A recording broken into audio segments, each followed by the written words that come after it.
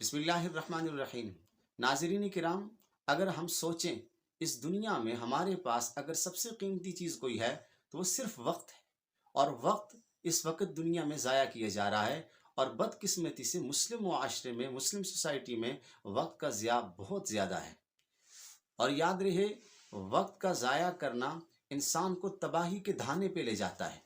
چنانچہ وقت کو ضائع کرنے والوں کے بارے میں تاریخ خاموش ہے، اور جن لوگوں نے اپنے وقت کو کارآمد بنایا، تاریخ میں انہی کا نام ہے۔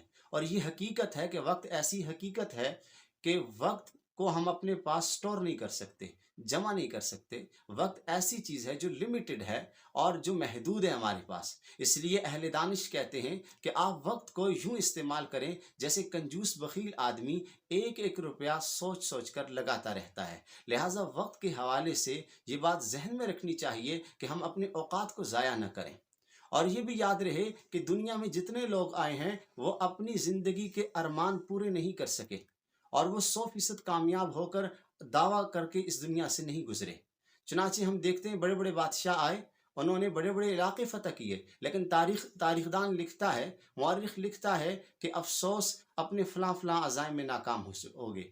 اسی طرح بہت سارے علماء دیکھے بڑے بڑے پروگرام لے کر اس دنیا سے چلے گئے، لیکن مورخ لکھتا ہے کہ مصنف کا، عالم دین کا یہ فلاں فلاں کام کرنے کا ارادہ تھا، لیکن بدقسمتی سے اس کام کو مکمل نہیں کر سکے۔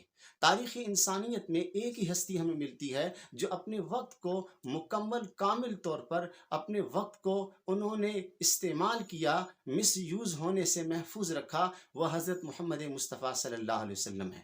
آپ صلی اللہ علیہ وسلم 100% اپنے وقت کو بروئے کار لا کر اور اپنے وقت کو صحیح مصرف میں استعمال کیا۔ چنانچہ ہم دیکھتے ہیں صحیح بخاری کے اندر رسالت مآب صلی اللہ علیہ وسلم نے صحابہ کرام سے پوچھا، الا هل بلغت، اے میرے صحابہ مجھے بتاؤ کہ کیا میں نے جو ذمہ داری مجھ پر عائد کی گئی تھی وہ آپ تک پہنچا دی ہے؟ تو صحابہ کرام نے فرمایا، ادیت الامانۃ، اللہ کے حبیب آپ نے پہنچانا کیا، آپ نے حق ادا کر دیا ہے اس کا۔